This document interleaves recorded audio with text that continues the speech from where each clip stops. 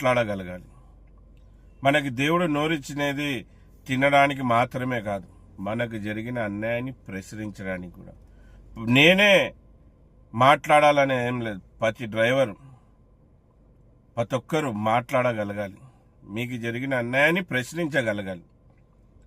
అతని అధికారి అయితే ఏంటి, అధికారి అంటే ఏంటి, ఏమి అతన్ని మన కోసం, మన రక్షణ కోసం, మన సేవ కోసం ఉన్న అతన్ని. మళ్ళీ ఆ అధికారి ఈ విధంగా చేస్తే మీరు చూస్తూ ఉండవలసిన అవసరం లేదు. చట్టాలు ఉన్నాయి మనకి, చట్ట ప్రకారంగా మనం ముందు పోదాం. మీకు ఎక్కడైనా ఈ విధంగా అన్యాయం జరిగితే 5 పైసలు ఖర్చు లేకుండా హ్యూమన్స్ రైట్స్లో ఆ అధికారి మీద కంప్లైంట్ చేయండి. ఖచ్చితంగా అతన్ని సస్పెండ్ చేయవచ్చు, లాస్ట్కి అతని ఉద్యోగం కూడా తీసి పడేయచ్చు. ప్రజా సంఘాల దృష్టికి తీసుకుపోండి.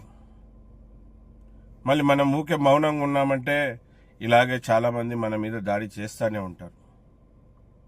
మళ్ళీ డ్రైవర్లందరూ కూడా చట్టం తెలుసుకోవాలి, రాజ్యాంగం తెలుసుకోవాలి, మనకి ఏంటి హక్కులు అని తెలుసుకోవాలి. సెల్లు ఊకే సినిమా హీరోలు చేసే పాటలు చూసే